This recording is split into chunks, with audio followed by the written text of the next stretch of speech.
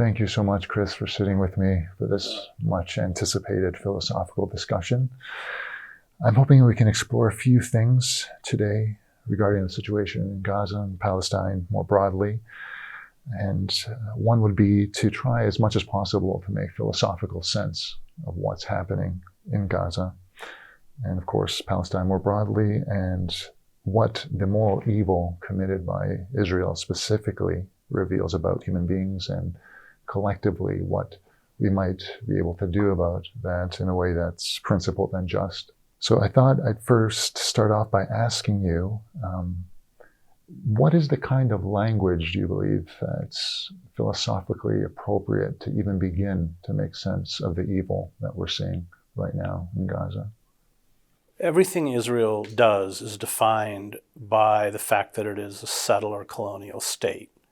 And while the specifics may be different from other settler colonial states, the broad outlines are the same.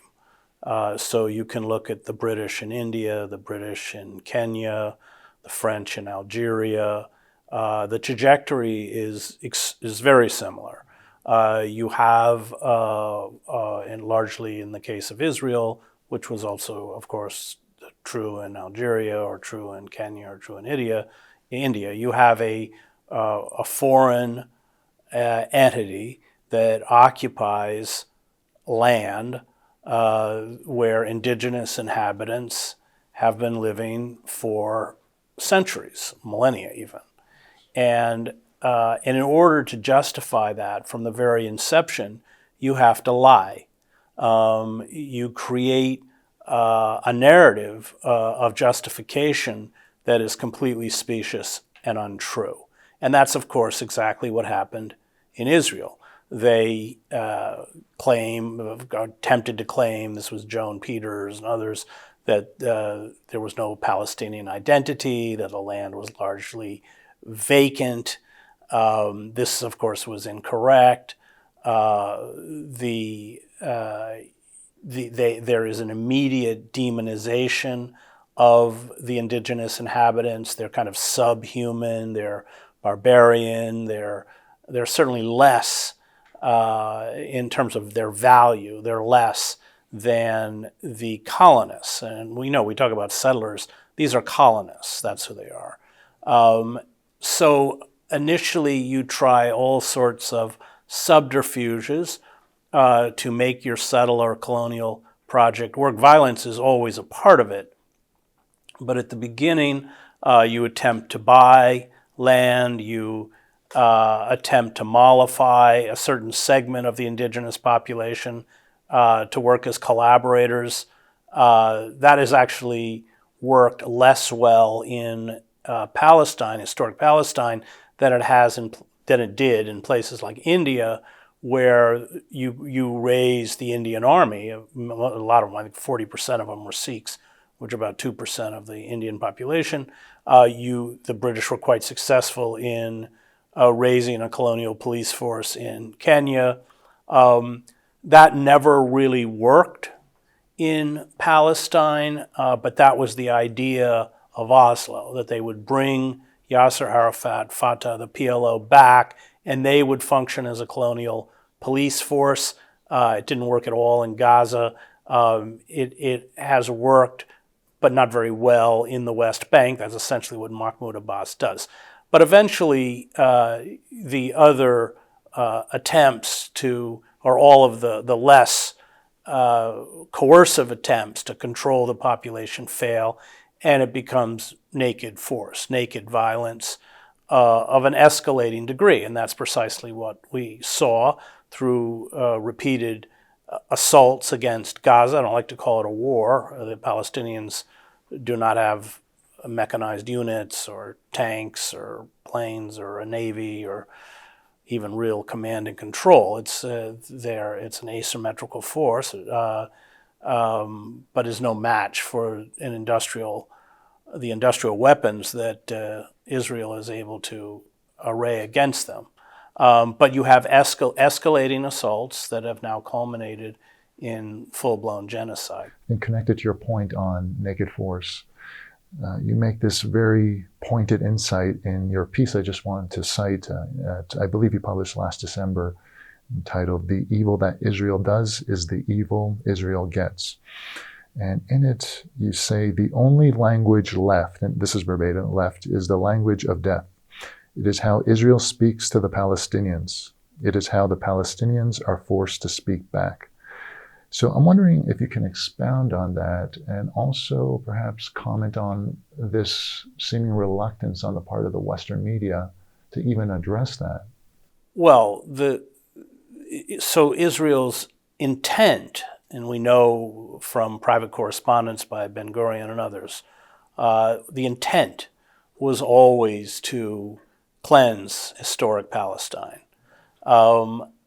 That intent had to be denied because it, of course, would make it hard to mollify the Palestinians, and it would be hard for Israel to project the image of the only democracy in the Middle East and making flowers bloom from the desert and all this kind of stuff that goes into Israeli mythology. But the intent was always there.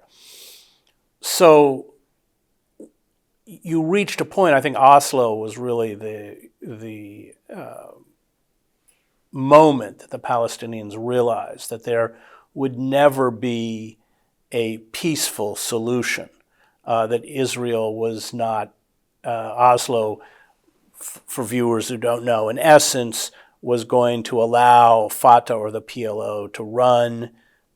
Arafat came back from Tunis from exile, would allow them to run or administer Gaza and the West Bank, but not the borders. Israel controlled all of the borders. Finally, Arafat wasn't willing to be a quisling, and I think I think most of us who cover the Middle East believe he was murdered by the Israelis, probably poisoned. The Israelis have a long history, by the way, of assassinating not just leaders in Gaza. I knew one of the founders of Hamas, Abdul Aziz Rantisi. I knew Nizar Ram, both of them assassinated by the Israelis, Abu Jihad in Tunis, etc. So that would not be out of character in any way. But after that, I think it was clear to the Palestinians that Israel had no intention, especially with the expansion of the settlements by the colonists in the West Bank, no intention of honestly attempting to create a two-state solution. Well, why doesn't the Western media respond? One part of it is they don't know the history. They haven't. I spent 7 years in the Middle East, but the other thing is the power of the Israel lobby is so intense that to state naked truth, even to use, let's talk about my old employer, the New York Times, even to use the word apartheid, to use the word genocide is forbidden. And Israel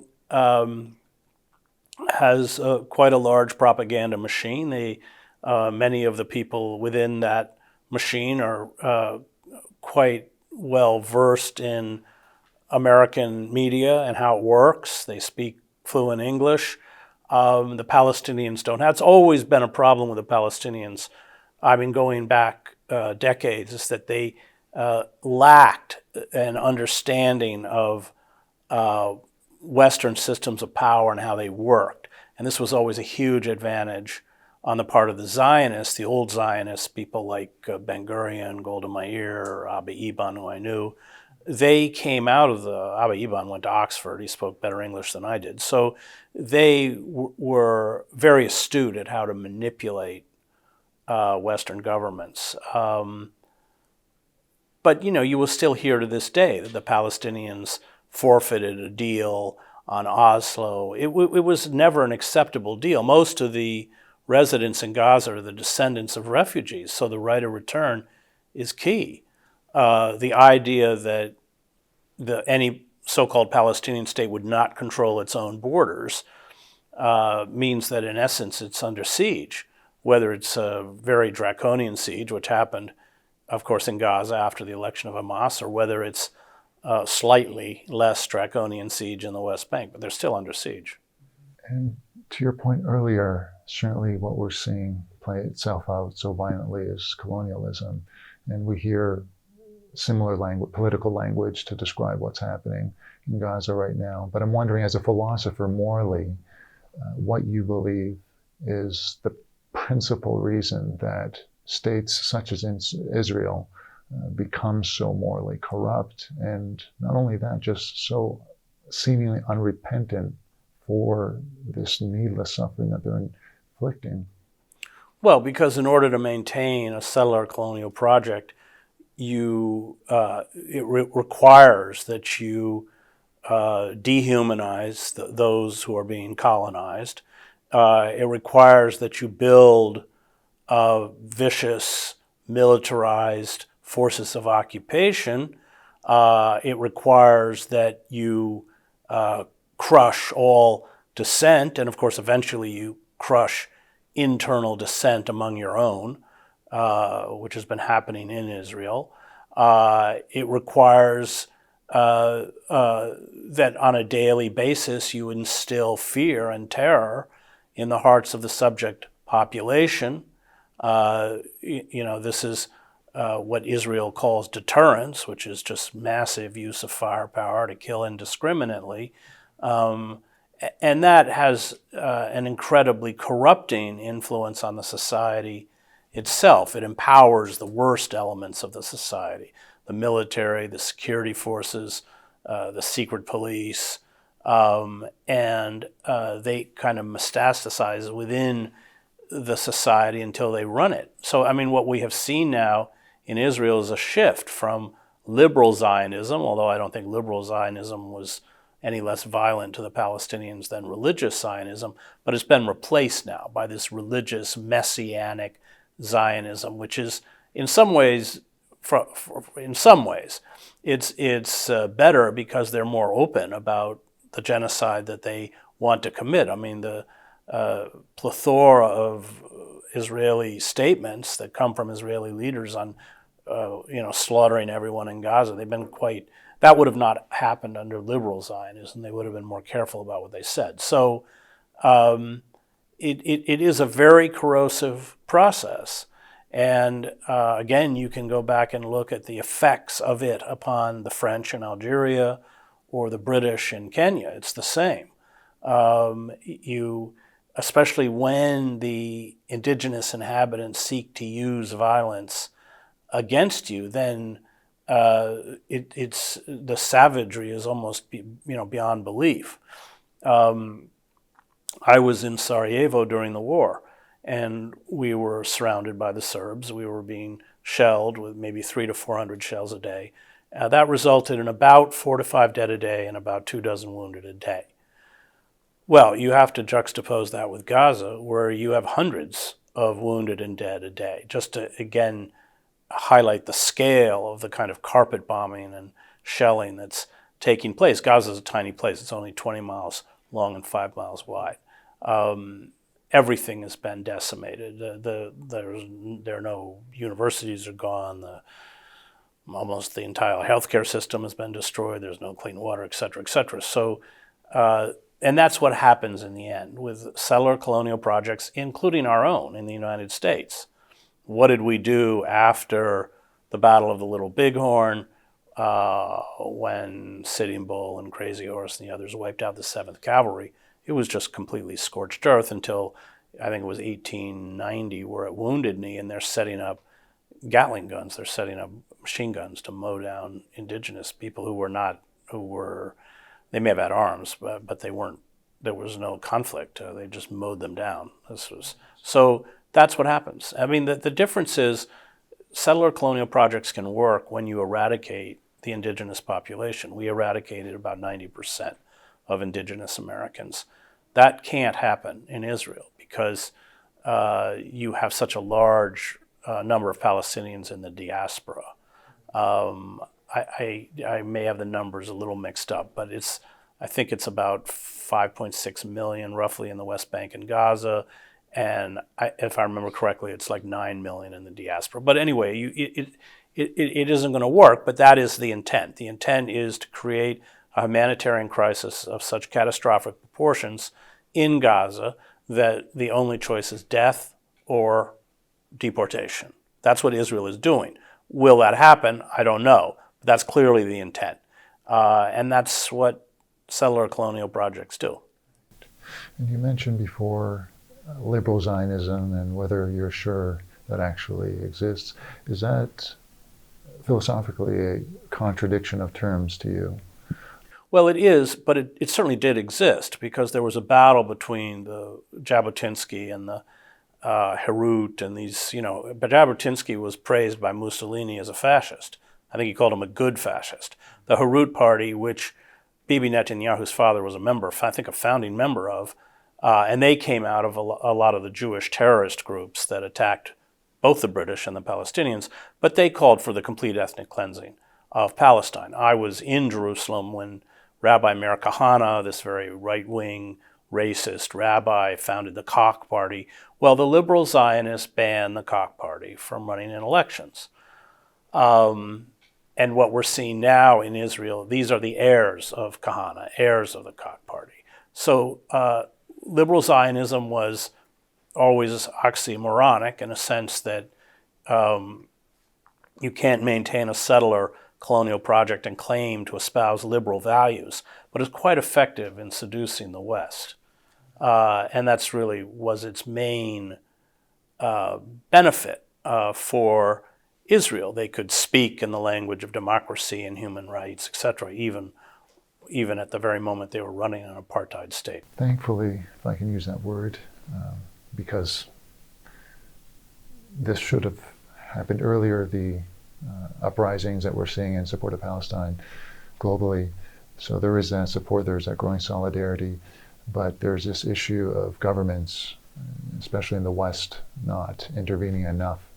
And I'm wondering if this failure continues, what is at stake or what are the consequences for our shared humanity beyond but notwithstanding the situation in Gaza? Well, first I would draw parallels between the way Israel operates and the way the United States operates. So Israel will bomb a consulate in Damascus and kill Iranian leaders. Israel will carry out strikes in Lebanon against Hezbollah leaders. The United States does the same thing. It carries out what are, in essence, acts of war against countries in which technically we're not at war. Israel does that all the time. The United States does that all the time. And that is trying to solidify a global order where international law and international rules are irrelevant. I think that's why you've seen such a strong reaction, especially in the global South. The only country that is actively attempting to halt the genocide is Yemen. I don't think that's accidental. You had 30,000 Yemenis starved to death. You had cholera epidemics. They were under that U.S.-Saudi siege. So it's very close to home historically in terms of memory. But it's also within the memory of many countries in the global South that have endured the savagery of colonial settler projects. I don't think it's accidental that South Africa brought the case to the International Court of Justice because, again, historically, they were an apartheid state. They lived in conditions very, very similar to the conditions that Palestinians live under. Yes, we have seen a reaction on the one hand by particularly the global South, countries that see in the suffering of Palestinians their own historical suffering. But we've also seen an utter refusal on the part of the United States and Israel to do anything meaningful in terms of halting the genocide. I don't think at this point there was much credible argument against this live-streamed genocide. So, and I think that part of the fear in the global South is that as we suffer from the climate crisis and crop yields decline and floodings and mass migrations, etc., these rogue, unaccountable forces of the global north will react with the kind of savagery that we're seeing in Gaza. I think it presages a kind of savagery, and that is fearful. It's fearful to me, and it's fearful to much of the world. So to your point on the savagery that we're witnessing, you did see this firsthand in Gaza as a journalist, and I'm wondering how that has informed or transformed your thinking about what you believe are the things that are required to effectively oppose the kind of brutality that Israel inflicts on such a colossal scale. Well, I spent a lot of time covering conflicts in Latin America, covered the war in El Salvador for 5 years, and covered the war in Bosnia out of Sarajevo, etc. So there are moments when you oppress a population to such an extent that the only option they have left is violence, especially when the forces arrayed against you are seeking your own annihilation. This was true in Sarajevo. I mean, we were surrounded by the Serbs, pounded shells, sniper fire constantly, and nobody had long discussions about pacifism because we were actually surrounded in trenches. I mean, there were trench systems around the city, and if the Serbs broke through those trenches and burst in the city, they would slaughter a third of the inhabitants and drive the rest into refugee or displacement camps. And that wasn't conjecture. That's what they did in the Drina Valley. That's what they did in Vukovar. So we knew what they were going to do. At that point, you pick up a gun. It doesn't save you from the poison of violence. Violence is always tragic. But that's really where the Palestinians have been left. They've not been given any other option. That was Israel's choice. That was not their choice. In fact, if you look closely at the historical record, when the Palestinians, like the Great March of Return, or any time they attempt to build nonviolent resistance movements, they actually, Israel is even more violent in terms of killings and shootings than they are, because I think they fear, because that nonviolent movement will resonate widely throughout the world. So yeah, this was Israel's decision. I don't like it. I've been around enough violence to detest it. But I also understand that there are times, and this is one of them, when the oppressive power shuts down all the other options. And that's what Israel's done. And since October 7th alone, I mean, before that as well, but we're seeing, since October 7th alone, just a great deal of critique of Western media, including those outlets or publications that, at least within much of the public imagination, is or are regarded as the progressive outlets. And I don't think it's any secret to say that the New York Times is one of those. And I'm wondering, in your view, whether the failure to provide robust accounts of what's happening in Gaza is not only not providing a full picture to the public of the scale of evil that Israel's committing, but is somehow facilitating that violence or even genocide? Well, first of all, the New York Times has never been good on Israel. It's not like there ever was a moment in the past when they were good on Israel. Just as an example, and I spent seven years covering, because I speak Arabic, I was primarily in Gaza and the West Bank. I did some coverage inside Israel, but actually not very much. And the way they would neutralize a story out of Gaza, so I'm on the ground in Gaza, Israel carries out an airstrike, I go to, let's say, Jabalia, I count the bodies, but every other paragraph is the Israeli Defense Force spokesperson countering what I've reported on the ground. So by the time you get to the article, you can believe whatever you want to believe. It neutralizes the reporting. That was not something I experienced, for instance, in Bosnia. I didn't experience that. But Israel's different.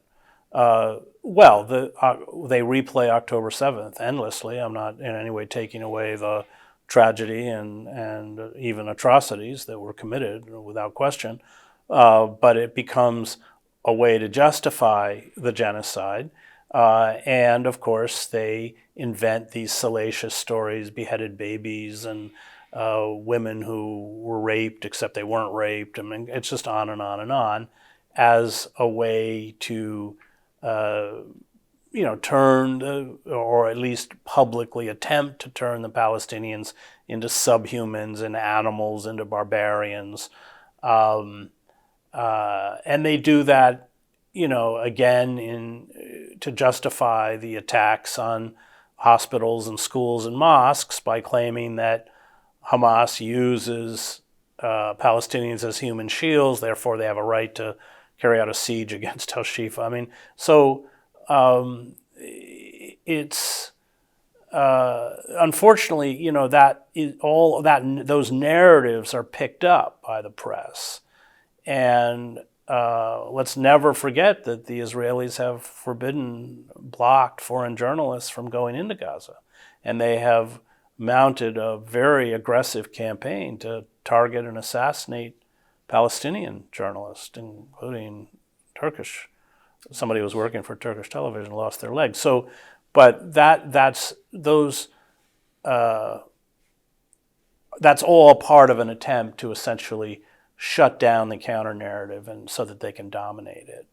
The foreign press is culpable. I mean, they're complicit. The New York Times especially is complicit. I mean, they ran this big story on systematic sexual assault and rape that, when it was picked apart, just turned out to be complete fabrication. They also, by the way, ran a podcast a few years ago called The Caliphate, which was based on a testimony of a con artist who wasn't even there. I mean, but it plays to that narrative. Ever since 9/11, Muslims in the United States have been really demonized, and you can, the things that within public discourse is somehow acceptable to say about Muslims can't be said about anyone else. But yeah, Israel has done a pretty good job of controlling the press coverage. It's changing perhaps a little bit because of the courage of the Palestinian reporters, because of social media. These images are shocking and hard to deny. But yeah, the New York Times has just done an appallingly awful job of covering this. And of course, writing editorials denouncing calls for a ceasefire.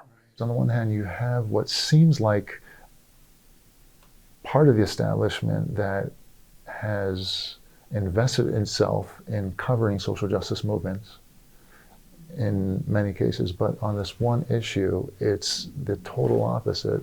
So I'm wondering what that says about the Western establishment or Western media.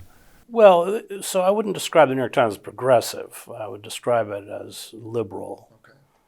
But first of all, it's a Cold War liberalism, so it embraces American militarism. The New York Times gave its full-throated support for the invasion of Iraq, which I publicly opposed and was pushed out of the paper for opposing in public arenas.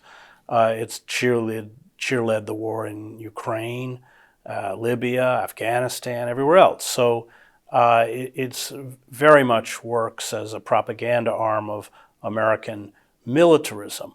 It is willing to cover social movements like Black Lives Matter as long as it does not investigate the corporate state, the corporate coup d'etat that has taken place. I mean, if you read the New York Times, you would think everybody supports Donald Trump because they're bigots, racists, or what Hillary Clinton calls deplorables.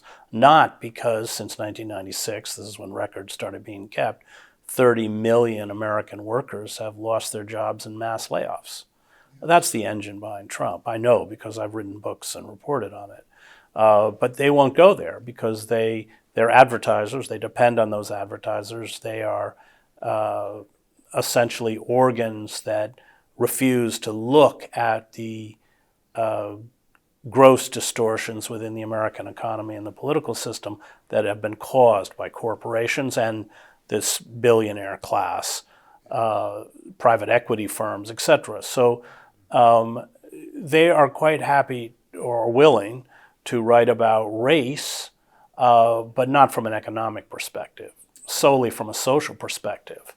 And in terms of foreign policy, they buy into that narrative that we're going to liberate the women of Afghanistan with the 101st Airborne, which is absurd for anybody who's been around the 101st Airborne as I have. So again, I would go back to liberal Zionism. I would say that there's a kind of cognitive dissonance between the supposed liberal values that liberal Zionists espouse, or that liberal values that corporatists espouse. Because as soon as you start talking about economic justice, like Bernie Sanders did, then they destroy you. And the New York Times was, remember, very, very hostile to Bernie Sanders. Again, I think it's a liberal patina, but I don't think it's real. I don't think it, because the fundamental concerns that have impoverished, let's say, people within our internal colonies, as Malcolm X called them, those are not addressed. Or the issue of mass incarceration. We have the largest prison system in the world. 25% of the world's prisoners were less than 5% of the world's population. Why? Because in these impoverished, blighted urban areas, there's no work. And so if the work doesn't knit, you don't have a job or a place in the society that knits you to that society, that gives you a stake in that society, which is a form of social control, as Emil Durkheim points out. And so therefore, you find other forms of social control, which are militarized police and a carceral state. It's in moments like this that it becomes apparent that those who identify as liberals still seem to have no problem invading other countries with war, colonialism, all these things that perhaps on the surface you would not expect when you hear a liberal speak about democracy, universal values. I think the word you used of cognitive dissonance is very appropriate here, because when you really see it for what it is, it's very disenchanting. So my last question to you, Chris, is whether you think states like Israel have passed the point of no return, or they're beyond moral redemption. What has to be done to hold them accountable at this point, again, in a way that is principled and in accordance with the rule of law? Well, Israel, since its inception, has always violated international law and is violating it now. I don't think there's any going back. I think Israel has been exposed for what it is. I don't think the mythology of Israel, the mystique of Israel, I don't think anyone's going to buy it anymore. It is a naked, brutal, repressive, racist, apartheid state. And most of the world has figured that out. Now, that doesn't mean, especially with the backing of the United States, it can't hang around for a long time. But I would say that younger generation, and especially among younger Jews in the United States, they don't have that emotional bond that their parents or grandparents have to Israel or to Zionism. That's gone. And that's why Israel is working so fervently to build ties with the Christian right. I wrote a book called American Fascists, the Christian Right and the War in America. I think they are fascists, and I'm a divinity school graduate. I don't use the word fascist lightly, but I have seen how they have distorted the Bible, the same way the German Christian church under the Nazis distorted the Bible to sacralize state power, and most importantly, white supremacy. So the Christian right is predominantly white, again, drawing from that dispossessed working class. They have this kind of dream of a return to a golden era, which was probably never golden, but that's what happens when people are pushed out of the society. And they see, remember, the people who run Israel are of European descent. Bibi Netanyahu, in particular, was raised in Philadelphia, went to MIT. I mean, so that white supremacy, which they embrace within their own movement, they see reflected in the Zionist project, because this is really a battle between European colonists and people of color.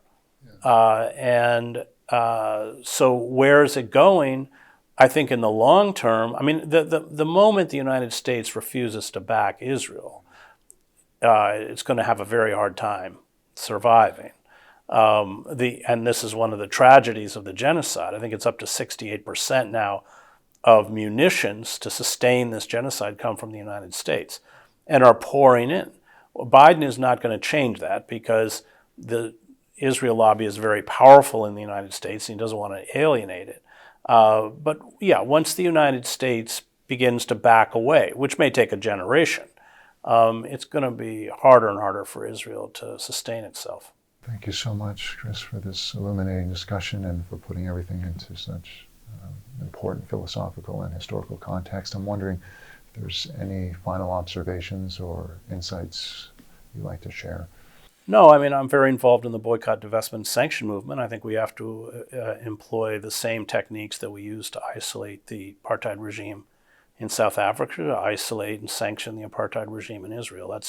I spent a lot of time attempting to do that. Thank you again, Chris. I'm very grateful for this discussion. Great, thanks. Thank you.